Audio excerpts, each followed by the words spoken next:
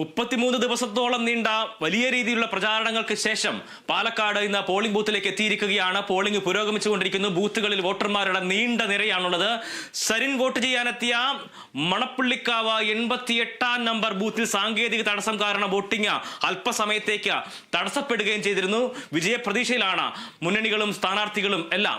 അതുല്യ രാമേന്ദ്രന്റെ വിവരങ്ങളുമായി. അതുല്യ, ഇന്ന് രാവിലെ മുതൽ മികച്ച പോളിംഗ്, ഈ രാവിലത്തെ സമയം കൃത്യമായ രീതിയിൽ ഏതാണ്ട് 8% മുകളിലേക്ക് പോളിംഗ് പോകുന്ന ഒരു സാഹചര്യമുണ്ട്. ആ നിലയ്ക്ക് ഒരു മികച്ച പ്രതികരണം ഉണ്ടാകുന്നു. കഴിഞ്ഞ 33 ദിവസത്തോളം നീണ്ടു നിന്നിട്ടുള്ള പ്രചാരണങ്ങൾ അത് വോട്ടർമാരെ കൂടുതലായി പോളിംഗ് ബൂത്തിലേക്ക് എത്തിക്കുന്നു. എന്തൊക്കെയാണ് ഈ പാലക്കാട് നമുക്കിപ്പോൾ നൽകാൻ കഴിയുന്ന വിവരങ്ങൾ? എബി പറഞ്ഞതുപോലെ തന്നെ വലിയ രീതിയിലുള്ള ഒരു പോളിംഗ് തന്നെയാണ് പാലക്കാട് ഇപ്പോൾ അനുഭവപ്പെടുന്നത്. പ്രത്യേകിച്ചും നമുക്ക് ശരാശരിയിലും ഭേദപ്പെട്ട പോളിംഗ് എന്ന് ഈ ആദ്യ മണിക്കൂറുകളിൽ തന്നെ പറയാനാകുമെന്നുള്ളതാണ്. അപൂർവം ചില ബൂത്തുകളിൽ അല്ലെങ്കിൽ അപൂർവം ചില പ്രദേശങ്ങളിലെ പഞ്ചായത്തുകളിലെ പോളിംഗ് സ്റ്റേഷനുകളിൽ മാത്രമാണ് ഈ ഒരു തിരക്ക് അനുഭവപ്പെടാതെയുള്ളത്. ബാക്കി എല്ലാ പോളിംഗ് ബൂത്തുകളിലും സ്റ്റേഷനുകളിലും വളരെയധികം ആളുകൾ നിരയായി നിൽക്കുന്നുണ്ട് എന്നുള്ളതാണ്. ആദ്യ 2 മണിക്കൂറിലെ പോളിംഗ് ശതമാനം പരിശോധിക്കുകയാണെങ്കിൽ 8% അടുത്തിരിക്കുകയാണ് ഈ ആദ്യ മണിക്കൂറുകളിലെ പോളിംഗ് എന്ന് പറയുന്നത്. അതിൽ തന്നെ പാലക്കാട് പഞ്ചായത്തുകളിൽ അല്ലെങ്കിൽ ഗ്രാമപ്രദേശങ്ങളിലാണ് വോട്ടിംഗ് കൂടുതൽ പോളിംഗ് ശതമാനം ഉള്ളത്. നഗരസഭാ പരിധികളിൽ അത്രയധികം ആളുകൾ അങ്ങ് എത്തിച്ചേർന്നിട്ടില്ല എന്ന് വേണം കരുതാൻ. നഗരസഭകളെ അപേക്ഷിച്ച് നോക്കുകയാണെങ്കിൽ ഗ്രാമപരിധിയിൽ ഒരു 2% പോളിംഗ് കൂടുതൽ നടന്നിട്ടുണ്ട് നഗരസഭകളെ അപേക്ഷിച്ച്. പ്രത്യേകിച്ചും ഗ്രാമപ്രദേശങ്ങളിലെ സ്കൂളുകളിലെല്ലാം വരാന്തയിലെല്ലാം ആളുകൾ കവിഞ്ഞ് ഇരിക്കുന്ന ഒരു സ്ഥിതിയാണുള്ളത്. പല പഞ്ചായത്തുകളിലും ആകെയുള്ള വോട്ടർമാരുടെ 1/4% ഈ ആദ്യത്തെ 2 മണിക്കൂറിൽ തന്നെ വോട്ട് രേഖപ്പെടുത്തി കഴിഞ്ഞിട്ടുണ്ട് എന്നുള്ളതാണ്. ഇന്ന് വൈകിട്ട് 6 മണി വരെ, അതായത് ഏതാണ്ട് 11 മണിക്കൂർ വോട്ട് ചെയ്യാൻ സമയമുണ്ട് എങ്കിൽ പോലും വെറും ആദ്യ 2 മണിക്കൂറിൽ തന്നെ 1/4 ആളുകളും വോട്ട് ചെയ്ത് കഴിഞ്ഞിരിക്കുന്നു എന്നുള്ളതാണ്. ഏറ്റവും കൂടുതൽ പേർ ഇതുവരെ വോട്ട് രേഖപ്പെടുത്തിയിട്ടുള്ളത് പിരായിരി പഞ്ചായത്തിലാണ്. പിരായിരി പാലക്കാട് ടൗണിൽ നിന്ന് മാറിയുള്ള ഒരു പക്ക പാലക്കാടൻ ഗ്രാമപ്രദേശം തന്നെയാണ് പിരായിരി പഞ്ചായത്ത് എന്ന് പറയുന്നത്. പിരായിരിയിൽ ഇപ്പോൾ ഇതുവരെ 4/1 അത്രയും വോട്ടുകൾ ഇപ്പോൾ രേഖപ്പെടുത്തി കഴിഞ്ഞിട്ടുണ്ട്. കുറച്ചെങ്കിലും മന്ദഗതിയിൽ പോളിംഗ് നടക്കുന്നുണ്ടെങ്കിൽ നമ്മൾ നേരത്തെ സൂചിപ്പിച്ചതുപോലെ നഗരസഭാ പരിധികളിൽ അല്ലെങ്കിൽ നഗരത്തിൽ പെടുന്ന ഒരു ഭാഗത്താണ്. സുൽത്താൻ പേട്ടിലാണ് ഇതുവരെ ഏറ്റവും കുറവ് വോട്ട് രേഖപ്പെടുത്തിയിട്ടുള്ളത്. സാധാരണയായി സുൽത്താൻ പേട്ടിനെ സംബന്ധിച്ചിടത്തോളം വെറും 430 വോട്ടർമാർ മാത്രമുള്ള ഒരു പോളിംഗ് സ്റ്റേഷനാണ് അത്. അതുകൊണ്ട് തന്നെ അവിടെ ആളുകളുടെ എണ്ണം കുറവായതിനാൽ തന്നെ വലിയ ഒരു തിരക്ക് സാധാരണയായി ഉണ്ടാകാറില്ല. മുൻ വർഷങ്ങളിലും ഇങ്ങനെ തന്നെയായിരുന്നു. അതോടൊപ്പം തന്നെ ഇരട്ട വോട്ട് ആരോപണം ഉണ്ടായിരുന്ന പട്ടാമ്പിയിലും അതുപോലെ തന്നെ പാലക്കാടും വോട്ടുകളുണ്ട് എന്നൊരു ആരോപണം വന്നിട്ടുള്ള BJP പ്രസിഡന്റ് ഹരിദാസന്റെ കൂടി പോളിംഗ് സ്റ്റേഷനാണ് ഈ പറയുന്ന സുൽത്താൻ പേട്ടിലെ ഈ ഒരു ബൂത്ത് എന്ന് പറയുന്നത്. നിലവിൽ അവിടേക്ക് ഹരിദാസൻ വോട്ട് ചെയ്യാൻ എത്തുമോ എന്നുള്ളതാണ് ആകാംക്ഷയോടെ എല്ലാവരും കാത്തിരിക്കുന്ന ഒരു കാര്യം. കൽപ്പാത്തി, അയ്യാപുരം, നൂറണി, അതുപോലെ തന്നെ കണ്ണാടി, മാത്തൂർ, പിരായിരി പഞ്ചായത്തുകളാണ് നിലവിൽ ഏറ്റവും അധികം വോട്ട് അല്ലെങ്കിൽ ഏറ്റവും അധികം തിരക്ക് അനുഭവപ്പെടുന്ന പഞ്ചായത്തുകൾ. അതിൽ മാത്തൂർ പഞ്ചായത്തിൽ 4 വോട്ടുകളാണ്, 4 ബൂത്തുകളാണ് ഉള്ളത്. ഈ 4 ബൂത്തുകളിലായി 4000-ഓളം വോട്ടർമാരാണ് അവിടെയുള്ളത്. അതിൽ ആദ്യ മണിക്കൂറിൽ, അതായത് വോട്ടിംഗ് കൃത്യം 7 മണിക്ക് ആരംഭിച്ച് 8 മണിയിൽ ആദ്യത്തെ മണിക്കൂർ പിന്നിടുമ്പോൾ അവിടെ രേഖപ്പെടുത്തിയത് 800-ലധികം വോട്ടുകളാണ്. ആകെ 4000 വോട്ടർമാരുള്ളതിൽ ഏതാണ്ട് 800-ന് മുകളിൽ 900-ന് അടുത്ത് വോട്ടുകൾ ആദ്യ മണിക്കൂറിൽ തന്നെ അവിടെ രേഖപ്പെടുത്തി കഴിഞ്ഞു എന്നുള്ളതാണ്. ഈ ഒരു നിലയിൽ തന്നെ പോവുകയാണെങ്കിൽ ഉച്ചയോടുകൂടി അവിടെ ഈ 4000 വോട്ടർമാരും എത്തിച്ചേരുന്ന ഒരു സ്ഥിതി ഉണ്ടാവും.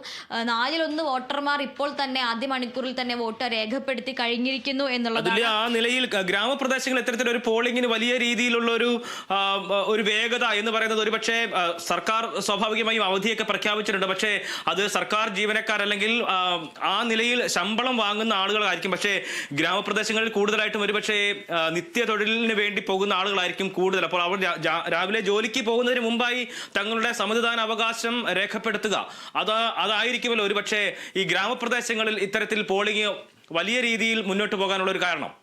തീർച്ചയായും അതിൽ ശ്രദ്ധിക്കേണ്ടത് ഒരു കാര്യം, വലിയൊരു വിഭാഗവും പുരുഷന്മാരാണ് വോട്ട് ചെയ്യാൻ എത്തിയിട്ടുള്ളത് എന്നുള്ളതാണ്. പ്രത്യേകിച്ചും ഈ ഗ്രാമപ്രദേശങ്ങളിൽ രാവിലെ അനുഭവപ്പെടുന്ന ഒരു തിരക്ക് എന്ന് പറയുന്നത് ഒന്ന് വയോജനങ്ങളുടെയും മറ്റൊന്ന് പുരുഷന്മാരുടെയും തിരക്കാണ്. വെയിലെല്ലാം ആകുന്നതിന് മുൻപ് വലിയ തിരക്കില്ലാതെ വോട്ട് ചെയ്തിട്ട് പോകാമെന്ന് കരുതി വരുന്ന വൃദ്ധരായ അല്ലെങ്കിൽ വയോജനങ്ങൾ വളരെ നേരത്തെ തന്നെ വന്ന് വോട്ട് ചെയ്തു പോകാറുണ്ട്.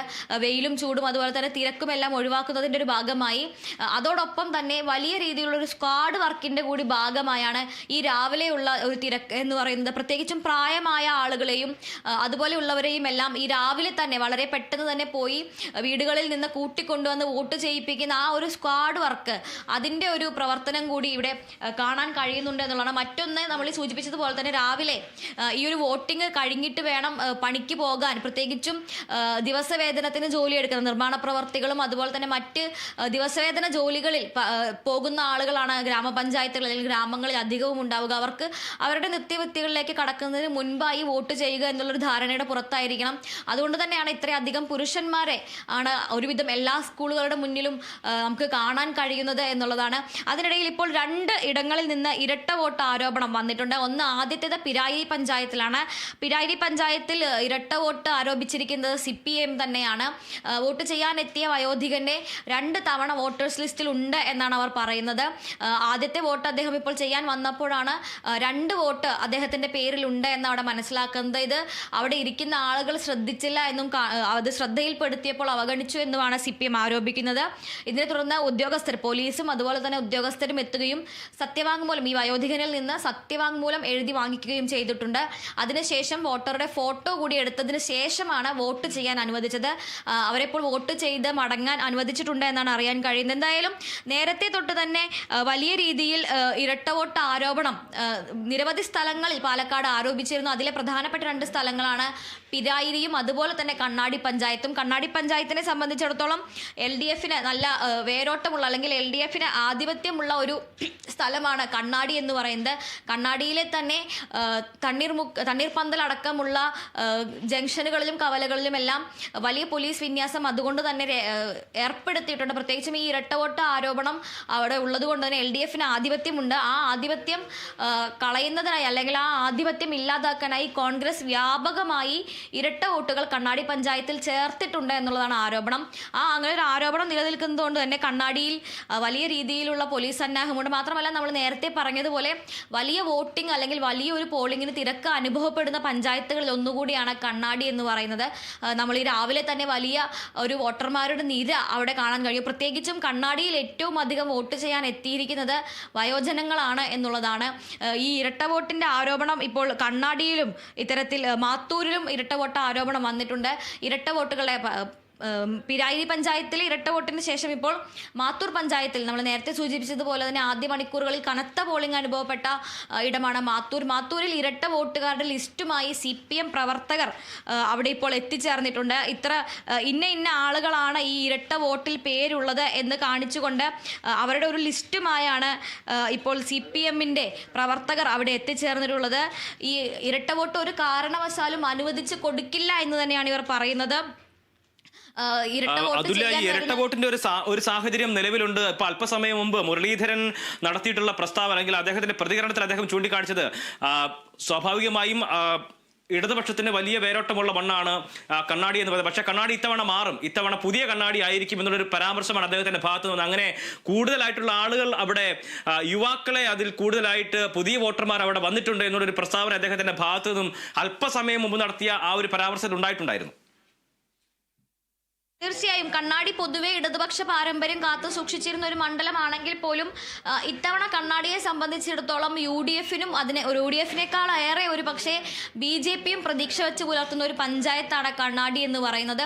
കണ്ണാടിയെ സംബന്ധിച്ചിടത്തോളം കണ്ണാടിക്ക് ചുറ്റും കിടക്കുന്ന മറ്റ് തൊട്ടടുത്ത് കിടക്കുന്ന ഗ്രാമങ്ങൾ എന്ന് പറയുന്നത് കാഴ്ചപ്പറമ്പ്, കണ്ണാടി, കണ്ണമ്പറമ്പ്, കൽപ്പാത്തി, കൽമണ്ഡപം എന്നിങ്ങനെയാണ്. അതുകൊണ്ട് തന്നെ ആ ഒരു ഭാഗത്തെ പ്രത്യേകിച്ചും ഈ ഉത്സവങ്ങളും കൽപ്പാത്തി രഥോത്സവവും എല്ലാം കണ്ണാടി പഞ്ചായത്തിനെ കൂടി ബാധിക്കുന്ന ഒരു കാര്യമാണ്. മാത്രമല്ല കാഴ്ചപ്പറമ്പും കണ്ണമ്പറമ്പും ഇതുപോലെ തന്നെ BJP ഇപ്പോൾ കഴിഞ്ഞ കുറച്ച് വർഷങ്ങളായി BJP പതിയെ വളർന്നു വരുന്ന ഗ്രാമങ്ങൾ കൂടിയാണ് കണ്ണമ്പറമ്പും കാഴ്ചപ്പറമ്പും എല്ലാം. അതുകൊണ്ട് തന്നെ കണ്ണാടിയിൽ ഇത്തവണ BJPക്ക് ഒരു മുന്നേറ്റം ഉണ്ടാകുമോ എന്നൊരു ഭയം കൂടി അവിടെയുണ്ട്. UDFും ഇതേ ഭയം വെച്ചു പുലർത്തുന്നുണ്ടെങ്കിൽ പോലും UDFിന്റെ പ്രവർത്തനങ്ങൾ അവിടെ വലിയ രീതിയിൽ നടന്നു വന്നിരുന്നു എന്നുള്ളതാണ്. അതുകൊണ്ട് തന്നെ 3 മുന്നണികളെയും സംബന്ധിച്ചിടത്തോളം കണ്ണാടി പഞ്ചായത്തും മാത്തൂർ പഞ്ചായത്തും നിർണായകമായ ഒന്നാണ്. പ്രത്യേകിച്ചും 1000-ലധികം വോട്ടർമാർ ഓരോ ബൂത്തിലും വരുന്ന ഒരു പഞ്ചായത്ത് കൂടിയാണ് കണ്ണാടി എന്ന് പറയുന്നത്. 1500-ലധികം വോട്ടർമാരുണ്ടെങ്കിലാണ് ഓക്സിലറി ബൂത്തുകളാവുക. എന്നാൽ 1400-നടുത്ത് വോട്ടർമാർ വരുന്ന ബൂത്തുകളാണ് ഇവിടെ എല്ലാം ഉള്ളത്. അതുകൊണ്ട് തന്നെ ആളുകളുടെ എണ്ണം വെച്ച് നോക്കുകയാണെങ്കിലും ഈ പറഞ്ഞ ഒരു രാഷ്ട്രീയ വ്യതിയാനത്തിനുള്ള സാഹചര്യം, ഒരു രാഷ്ട്രീയ കാലാവസ്ഥ മാറ്റത്തിനുള്ള ഒരു സാഹചര്യമൊക്കെ വെച്ച് നോക്കുകയാണെങ്കിലും കണ്ണാടി പഞ്ചായത്ത് എന്ന് പറയുന്നത് ഒരു പ്രധാനമായ അല്ലെങ്കിൽ നിർണായകമായ ഒരു പഞ്ചായത്ത് തന്നെയാണ്. അതാണ് ഈ ആരോപണങ്ങൾക്ക് പിന്നിൽ എന്നാണ് ഇപ്പോൾ BJP ആരോപിക്കുന്നത്. ഇത്തരത്തിലുള്ള കള്ളവോട്ട് ചെയ്തു എന്നുള്ള അല്ലെങ്കിൽ ഇരട്ട വോട്ട്, വ്യാജ വോട്ട് ആരോപണങ്ങളുമായി CPM മുന്നിലെത്തുന്നത് ഈ ഒരു പരാജയ ഭീതി കാരണമാണ്. കണ്ണാടിയൊക്കെ കയ്യിൽ നിന്ന് പോകുമോ എന്നുള്ള ഒരു ഭയം മൂലമാണ് അവർ ഇത്തരത്തിൽ ഈ ആരോപണങ്ങളുമായി മുന്നിലെത്തുന്നത് എന്നാണ് ഇപ്പോൾ BJPയുടെ ഭാഗത്തു നിന്ന് വരുന്ന പ്രതികരണം. എന്തായാലും ഇപ്പോൾ ഇത്തരത്തിൽ ഈ ഇരട്ട വോട്ട് ആരോപണം വലിയൊരു ക്ഷീണം ഉണ്ടാക്കുമോ എന്നുള്ളൊരു കാര്യത്തിലാണ് ഇനി സംശയമുള്ളത്.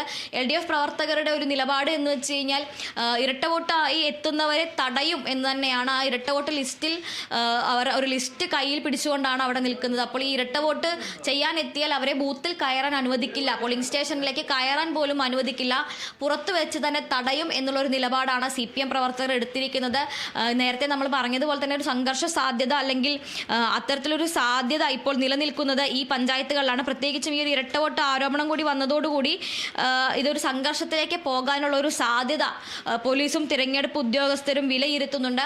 അങ്ങനെയാണെങ്കിൽ നിലവിൽ കണ്ണാടി പഞ്ചായത്ത് സംഘർഷ സാധ്യതയുള്ള ബൂത്തുകൾ എന്ന നിലയിൽ വിലയിരുത്തി അതിന് പ്രത്യേകമായിട്ടുള്ള സുരക്ഷ ഉൾപ്പെടെയുള്ള കാര്യങ്ങൾ ഏർപ്പെടുത്തിക്കൊണ്ടുള്ള നടപടികൾ കമ്മീഷന്റെ ഭാഗത്തു നിന്നും ഈ സംവിധാനങ്ങളുടെ ഭാഗത്തു നിന്നെല്ലാം തന്നെ ഉണ്ടല്ലോ. അപ്പോൾ അവിടെ ആ പ്രദേശങ്ങളിലൊക്കെയാണോ ഇത്തരത്തിലുള്ള സംഭവങ്ങളൊക്കെ തന്നെ ഉണ്ടാകുന്നത്? അതുമായി ബന്ധപ്പെട്ട് നമുക്ക് എന്തെങ്കിലും തരത്തിലുള്ള വിവരങ്ങൾ ലഭ്യമായിട്ടുണ്ടോ?